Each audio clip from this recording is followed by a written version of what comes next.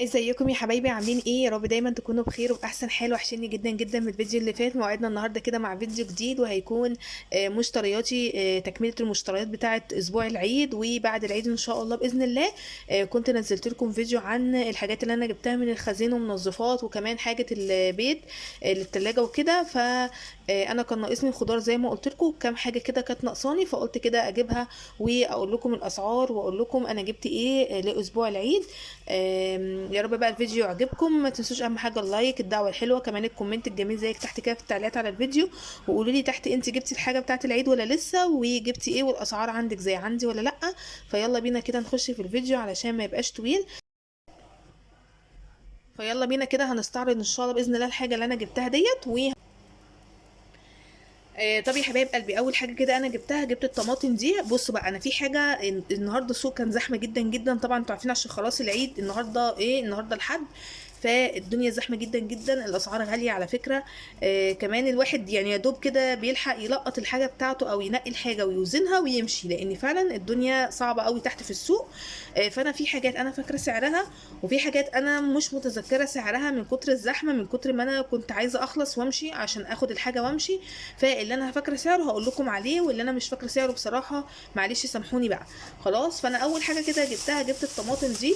عايزه اقول لكم ان الطماطم في السوق كلها مش جامده، وكمان مش حمرا قوي، فالواحد مضطر طبعا ان هو يجيبها. كمان مخرمه، يعني هي فيها خرام. انا حاولت على قد ما اقدر ان انا اجيبها تكون سليمه، بس برضو هتلاقوا، بصوا هتلاقي فيها خرام اهي. يعني محتاجه انها تتنضف كويس وانا بستخدمها وكده. المهم الطماطم دي كانت بكام؟ كانت ب 8 جنيه. انت جبتي قد ايه يا منى؟ انا بصراحه مش متذكره خالص انا جبت بقد ايه. معرفش بقى دول ب 10 جنيه ولا دول كيلو ونص، انا بصراحه مش متذكره خالص خالص.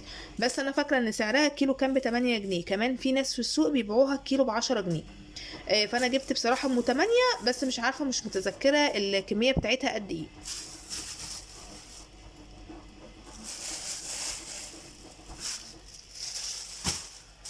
الحاجه اللي بعد كده اللي جبتها، جبت الفلفل ده. عايزه اقول لكم ان الفلفل ده انا جبته من واحد، بس بصراحه اتضحك عليا فيه، لاني انا جبته منه ب25 جنيه. هو اي نعم حلو وطازه كده وجميل. بس في السوق كله لقيته ب20 جنيه، ده الوحيد اللي كان بيبيعه ب25 جنيه. انا بصراحه وزنت حبه كده خلاص، وقلت لي حط لي ب10 جنيه. يعني انا قلت له حط لي ب10 جنيه بس، فدول كده ب10 جنيه. الحاجة اللي بعد كده اللي جبتها، جبت الخيار ده. الخيار ده كان بكام؟ كان ب مش متذكرة والله سعره، كان تقريبا ب16 جنيه حاجة زي كده. انا قلت له حط لي ب10 جنيه بس. كان ب16 ولا ب14، انا مش متذكره والله. بس انا ايه، انا كل اللي كان فارق معايا ان انا اجيب الحاجه بتاعتي اللي هتكفيني ان شاء الله باذن الله اسبوع العيد وكام يوم بعد العيد، علشان خاطر طبعا مفيش نزول تاني خلاص، وهتلاقي الحاجه كمان مش هتلاقي الناس مش فرشه في العيد ولا بعد العيد كمان بكام يوم. فانا كل اللي كان فارق معايا ان انا اجيب على قد الكميه اللي انا عاوزاها. فانا جبت الخيار ده. قلت له حط لي ب10 جنيه.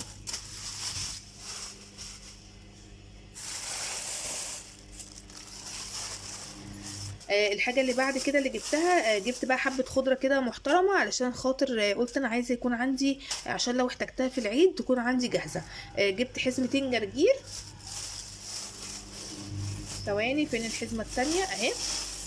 جبت حزمتين. بصوا هو التلات حزم ب5 جنيه، لكن لو تاخدي حزمة لوحدها ب2 جنيه. فانا جبت ست حزم من الخضرة بس مشكلة طبعا. جبت 2 جرجير اهو. جبت كمان حزمة كرات، علشان انا جبت معاكم الفول المدشوش، وانا كنت عايزة اعمل طعمية عشان لو احتجتها في خلال الكام يوم بتوع رمضان اللي باقيين دول، او لو احتجتها كمان في العيد فطار بقى الصبح وكده، او بعد العيد حتى يكون عندي طعمية في الفريزر. فانا جبت حزمة كرات اهي. جبت كمان بقى 3 حزم اللي هي بتاعة الخضرة المحشي، شبت وبقدونس وكمان كزبرة اهو. التلاتة ب5 جنيه، انا جبت 6 ب10 جنيه. اشيل بس الحاجات دي.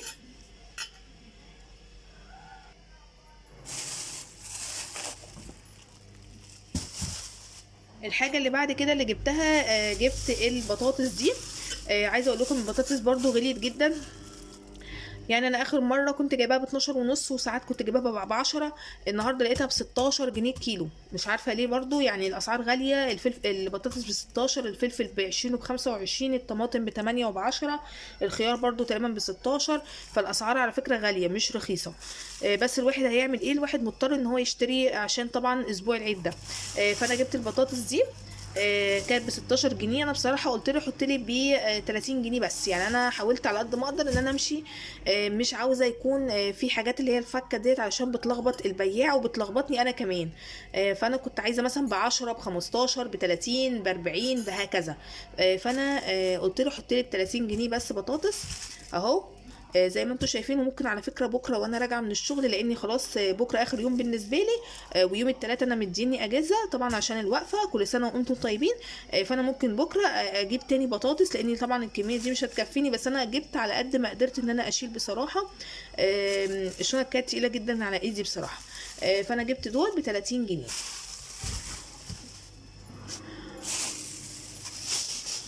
بصوا بقى كمان. انا بعد ما نقيت الفلفل ده ابو 25 جنيه. طبعا زي ما قلت لكم لقيته في السوق كله ب 20 جنيه، فانا قلت اجيب تاني لان بصراحه مش بيخسر. فجبت فلفل. بصوا والله ما يختلف حاجه. بصوا ما يختلفش حاجه خالص، والله كان حلو. بس انا بقى اللي اتضحك عليا في ده، بس يلا الحمد لله. فانا جبت من دوت ده ب 20 جنيه. انا جبت بصراحه حبه كده، وقلت له اوزنهم لي، طلعوا ب 7 جنيه. بس المره دي بقى حطيت فلفل رومي على فلفل حار، عشان ما جبتش هنا فلفل حار. دول كده قطعوا معايا 7 جنيه. فانا كده بالنسبه لي كميه الفلفل حلوه جدا، وبصراحه لا غنى عنه. انا بصراحه ما بقدرش استغنى عن الفلفل اللي هو الرومي ده. حلو جدا جدا في الاكل، في السلطه، في الجبنه، في الحاجات اللي زي دي. بصوا بقى جبت ايه تاني.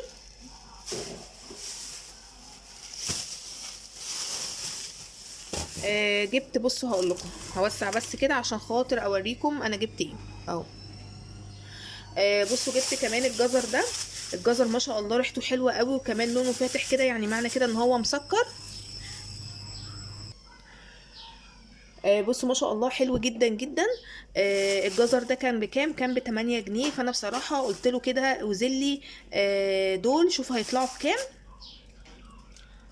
خلاص، فدول طلعوا بكام؟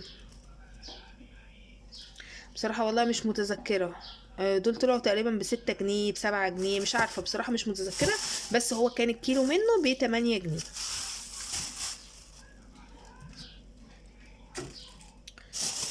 بصوا الحاجه اللي بعد كده اللي جبتها، جبت البتنجان ده، لاني بصراحه كان في نيتي ان انا عايزه اعمل اكله محشي، سواء بقى في العيد او بعد العيد.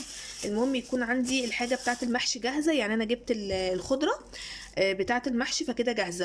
انا كمان عندي كرنب في الفريزر، ربنا يخلي لي والدتي كانت مفرزه لي كرنبايه وجابتها لي جاهزه، فانا حطيتها في الفريزر.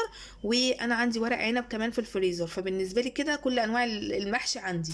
فانا جبت البتنجان ده. بصوا ما شاء الله حلو قوي، بيلمع كده وجميل.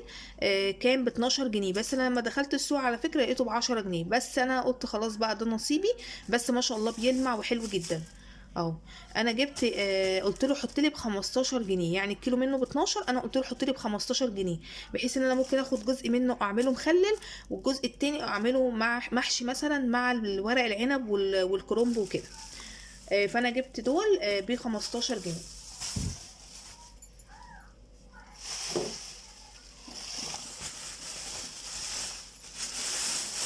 بصوا الحاجه اللي بعد كده جبتها، جبت الكوسه دي. الكوسه دي برضو كانت ب 15 جنيه الكيلو. انا قلت له حط لي ب 10 جنيه. بصوا الاسعار كلها على فكره غاليه، مش عارفه في ايه.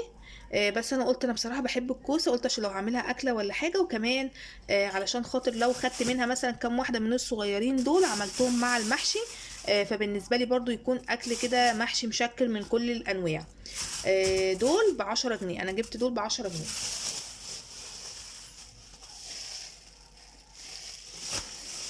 بصوا بقى كمان قبل ما اخش بيم، كنت عديت على كازيون علشان خاطر لا سوري، على بيم. قبل ما اخش السوق يعني.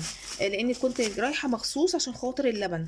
زي ما قلت لكم الفيديو اللي فات، اللبن ده حلو جدا جدا. سعره بالنسبه لي رخيص، ب 14 جنيه الكيس. هو اهو 425 مللي.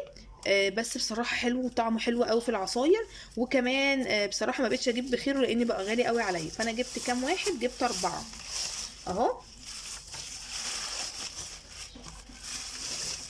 جبت 4 اكياس لبن، الواحد ب14 جنيه. جبت كمان 3 اكياس من الخميره لان دي كانت ناقصه عندي، كان عندي اخر واحد، وانا خفت بصراحه ان انا اعمل اي حاجه في خلال العيد او بعد العيد ما يبقاش عندي خميره. الكيس من ده ب3 جنيه ونص، فانا جبت 3 اكياس.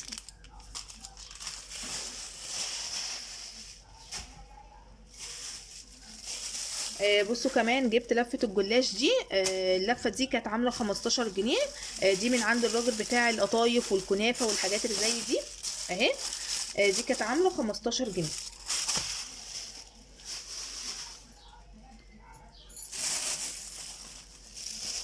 جبت كمان من عنده طبق القطايف ده.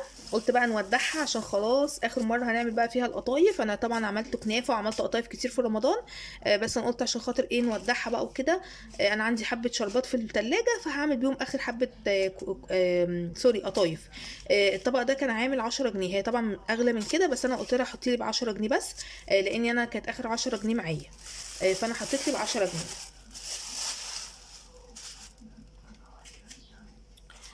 بصوا كمان جبت الجبنه المشكله دي من السوبر ماركت. الجبنه دي بتبقى عباره عن جبنه قديمه على لانشون، على جبنه شيدر، على جبنه رومي. آم، طعمها حلو قوي بصراحه، اولادي بيحبوها جدا. فبصراحه جبت طبق ده، انا قلت له حط لي ب25 جنيه منها. وكنت عايزه كمان اجيب الجبنه القديمه، نفسي رايحه لها جدا بقالي مده ما جبتهاش. بس بصراحه للاسف لقيتها خلصانه عنده، فقلت ممكن ابقى اجيبها بكره ولا حاجه. الطبق ده ب25 جنيه. بس كده يا حبايب قلبي، ودي مشترياتي بتاعت اسبوع العيد. جبت الحاجات الحمد لله اللي كانت ناقصاني، بس زي ما قلت لكم بكره اخر يوم بالنسبه لي، فانا هجيب بطاطس تاني، وكمان انا ناقص لي كابوتشا، عايزه اجيب واحده كابوتشا كده عشان الكول سلو في العيد. وكمان ناقص لي البيض. دي التلات حاجات دول اللي ناقصيني، ان شاء الله باذن الله بقى هبقى اجيبهم بكره، مش لازم بقى اصورهم معاكم، انا قلت لكم اهو اللي ناقصني. فانت لازم تكوني مرتبه اولوياتك وتبداي ان انت تشوفي ايه اللي ناقصك وايه اللي تجيبيه. وهاتيه على دفعات، مش شرط تجيبي كله مره واحده عشان بس ما يبقاش ارهاق عليكي. فدي كده الحاجات اللي انا جبتها، والحمد لله قدرت ان انا اتوفق النهارده في النزوله. زي ما قلت لكم انا ما كانش فارق معايا ان انا اجيب قد ايه، بس فارق معايا ان انا اجيب كل حاجه اللي كانت ناقصاني وكل حاجه كنت محتاجاها. يعني انا في العيد ممكن اعمل اكله محشي، كمان انا كنت جايبه رنجه، فبالنسبه لي برضو هعمل رنجه في العيد ان شاء الله. كمان جبت اكله كوسه اهوت، وعندي اكله محشي، وعندي بطاطس، وعندي الجزر بتاع الكول سلو ناقص بس الكابوتشا. وطبعا عندي الخضره اهي جاهزه كامله يعني عندي. فده بالنسبه لي كده الحمد لله فضل ونعمه، يا رب يديمها علينا نعمه ويحفظها من الزوال. ويا رب يكون الفيديو عجبكم، ما تنسوش بقى تحطوا لايك ودعوه حلوه وكمان كومنت جميل كده تحت في التعليقات. وانتظروا الفيديو اللي بعد ده ان شاء الله باذن الله، عشان هيكون في التموين الشهري بتاع شهر 4، انا جبت ايه وازاي استغليته، وايه اللي خلاني جبته قبل العيد ما جبتوش اخر الشهر زي كل شهر. خلاص، فاشوفكم على خير فيديو جديد، ومع السلامه.